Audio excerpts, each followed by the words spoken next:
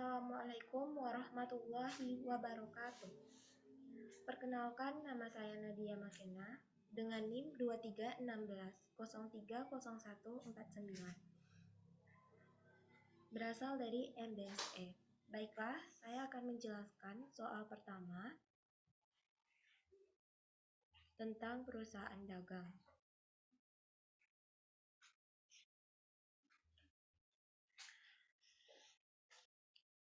Soal 1, catatlah transaksi-transaksi berikut ini dalam jurnal umum menggunakan sistem persediaan perpetual dan periodik.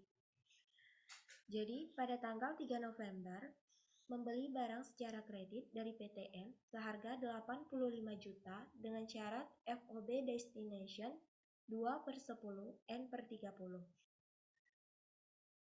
Kita catat dalam metode perpetual, yaitu di soal diketahui membeli barang secara kredit. Jadi, di debit ditulis persediaan barang dagang sebesar 85 juta. Tadi pembeliannya dilakukan secara kredit, berarti di kredit kita tulis utang dagang sebesar 85 juta. Sedangkan metode periodik, nama akunnya membeli barang secara kredit, berarti itu termasuk pencatatan nama akun pembelian sebesar 85 juta juga. Sedangkan di kredit yaitu sama seperti perpetual, yaitu dilakukan secara kredit, berarti pencatatannya utang dagang di kredit sebesar 85 juta. Selanjutnya yaitu November tanggal 4. Menjual barang secara tunai senilai 37.680.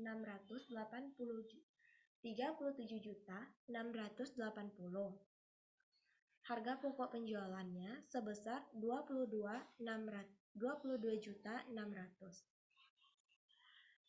Di metode perpetual kita tulis yaitu menjual barang secara tunai. Berarti kita mendapatkan penambahan kas, berarti kas di debit sebesar 37.680. Menjual berarti di kreditnya penjualan sebesar 37.680. Selanjutnya harga pokok penjualan. Berarti jika ada harga pokok penjualan, kita tulis harga pokok penjualan di debit sebesar 22.600. Sedangkan di kreditnya yaitu persediaan barang dagang sebesar 22.600. Sedangkan pada metode periodik ini kita hanya mencatatkan kas dan penjualannya, di mana tadi soal menjual barang secara tunai senilai 37.680.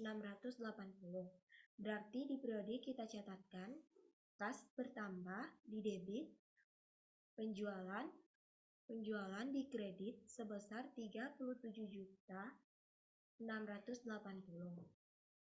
Lanjut soal ketiga, yaitu tanggal 5 November, membeli barang secara kredit dari PT P seharga 47.500 dengan syarat FOB shipping point 2/10 N/30. Ongkos kirim sebesar 810.000.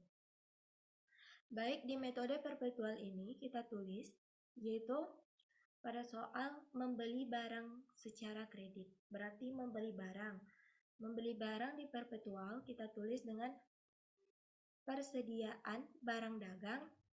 Kalau ditulis persediaan barang dagang sebesar 47.500. Sedangkan membeli barang dagang ini dilakukan secara kredit, berarti di kredit kita tulis utang dagang sebesar 47.500 juga. Selanjutnya yaitu dengan syarat FOB shipping point 2/10, ongkos kirim sebesar 810. Jadi ongkos kirim dalam persediaan barang dagang ini, ongkos kirimnya sebesar 810. Terus kasnya berkurang, jadi membayar ongkos kirim, jadi kas berkurang di kredit sebesar 810. Sedangkan pada metode periodik diketahui yaitu membeli barang dagang secara kredit ini dicatat dengan pembelian di debit sebesar 47.500 dan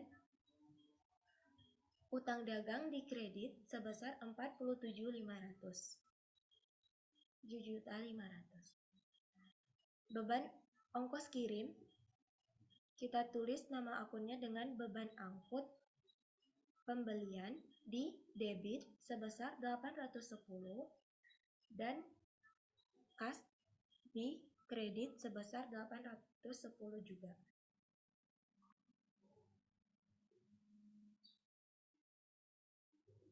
Selanjutnya yaitu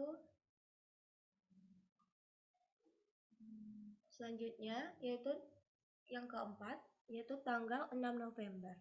Mengembalikan barang yang dibeli tanggal 3 November dari PTM sebesar 18 juta. Mengembalikan barang yang dibeli. Kita catat dalam metode perpetual, mengembalikan barang berarti utang dagang 18 juta, persediaan barang dagang di kredit 18 juta. Sedangkan di periodik kita tadi ya di tanggal 3 November yang diketahui nama akun ada utang dagang. Jadi kita sesuaikan dengan tanggal 3 November. Untuk tanggal 6 November ini berarti utang dagangnya di debit 18 juta. Karena melakukan pengembalian, jadi retur di periodik ini di retur pembelian yaitu sebesar 18 juta juga. Selanjutnya yang kelima yaitu tanggal 8 November.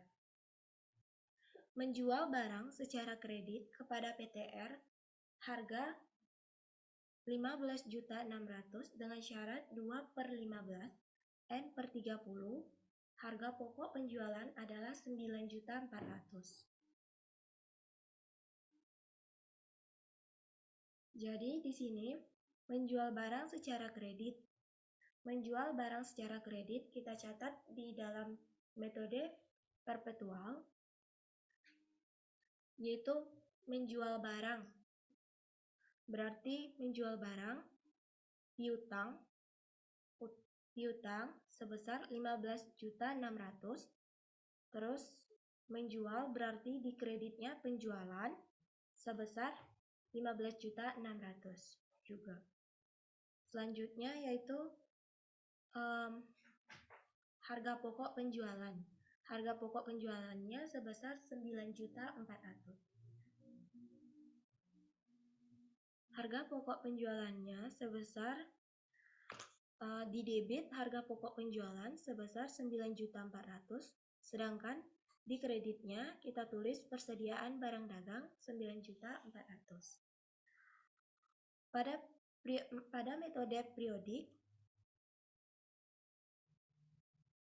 metode periodik kita hanya mencatatkan piutang dan penjualan sebesar piutang di debit sebesar 15.600.000, penjualan di kredit sebesar 15.600.000.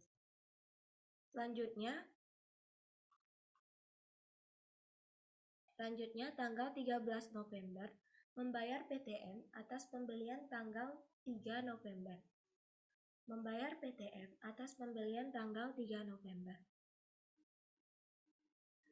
Di metode perpetual kita tulis membayar, berarti membayar PTM atas pembelian tanggal 3 November. Di tanggal 3 November tadi tersedia persediaan barang dagang, utang dagang. Jadi membayar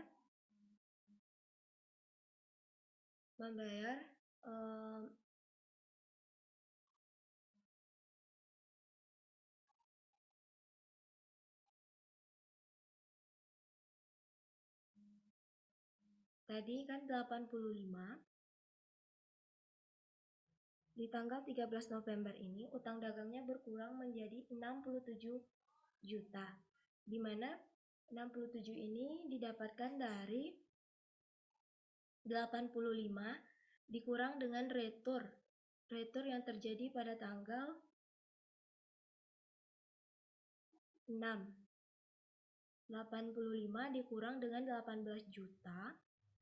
Retur yang terjadi pada tanggal 6, 18 juta. Jadi utang dagangnya tersisa 67 juta.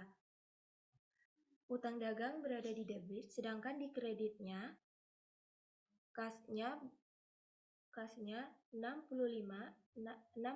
juta 660, sedangkan persediaan barang dagang di kredit yaitu sebesar 1.360.40. Sedangkan di debit di metode periodik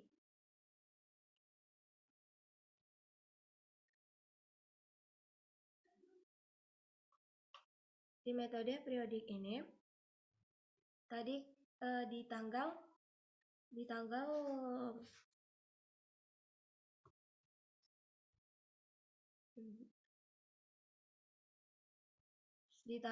3 kita dari tanggal 3 ke tanggal 13 mendapatkan diskon pembelian yaitu sebesar 1.340. Utang dagang kita karena dikurang dengan 18 dengan retur yaitu sebesar 18 juta. Jadi kas kita tersisa 65.660 dan mendapatkan diskon sebesar 1.340. Jadi pencatatannya utang dagang di debit sebesar 67 juta, kas di kredit sebesar 65.660, diskon pembelian di kredit sebesar 1.340.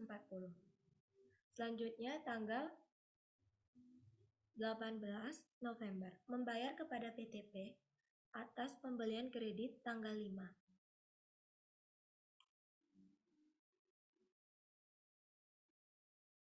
Jadi yang tanggal 18 ini soalnya berkaitan dengan tanggal 5 November. Membeli barang secara kredit, membayar kepada PTP atas pembelian kredit tanggal 5. Tanggal 5 ada utang dagang, jadi dicatat utang dagang sebesar 4. Utang dagangnya sebesar 47.500 dan kas 47.500. Membayar utang dagang yaitu kas kita berkurang, berarti di kredit sebesar 47.500. Di debitnya utang dagang 47.500, di kreditnya kas 47.500. Sedangkan pada metode periodiknya sama, utang dagang sebesar 47.500 dan kas di kredit sebesar 47.500. Selanjutnya tanggal 23 November menerima pengembalian barang dari PTR sebesar 6 juta untuk barang yang dijual tanggal 8 November. Harga pokok barang yang diretur sebesar 3.300.000. Jadi dalam tanggal 18 ini akun yang kita buat yaitu utang dagang retur penjualan. Dalam tanggal 23 ini retur penjualan karena melakukan pengembalian barang. Retur penjualan terus mengembalikan sebesar tanggal 8, yaitu pada tanggal 8 itu ada piutang. Jadi retur penjualan sebesar 6 juta, piutang dagang sebesar 6 juta di debit, sedangkan persediaan barang dagangnya 3.300.000 dan harga pokok penjualan di kredit sebesar 3.300.000. Sedangkan metode periodiknya, kita mencatatkan nama akun retur penjualan yaitu sebesar 6 juta karena menerima pengembalian. Berarti kita menerima pengembalian, berarti retur penjualan di debit yaitu 6 juta, piutang dagang di kredit sebesar 6 juta juga. Selanjutnya soal terakhir tanggal 24 November yaitu menerima kas dari PTR atas penjualan tanggal 8 November. 24 ini soalnya berkaitan dengan tanggal 8. Di tanggal 8 tadi yang ada utang dagang, di tanggal 8 piutang penjualan. Jadi menerima kas piutang penjualan. Berarti kita menerima kas, penerimaan kas berarti kasnya di debit sebesar 9.600.000 yaitu didapatkan dari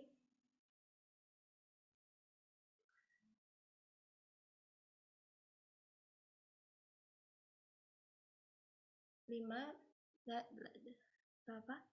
15.600.000 dikurang dengan 6 juta yaitu tersisa 9.600.000. Karena sebelum tanggal 23 dilakukan retur penjualan pada tanggal 23. Jadi dikurang 15.600.000 dikurang dengan 6 juta.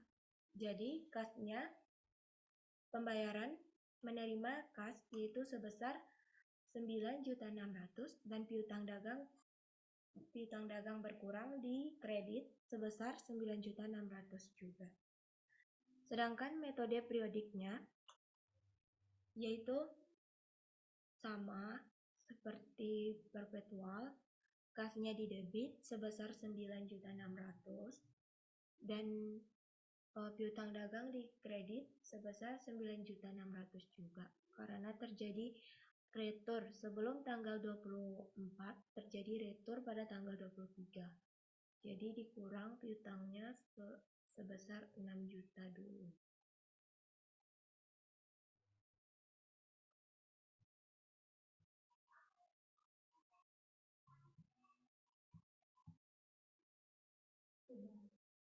Sekian penjelasan dari saya.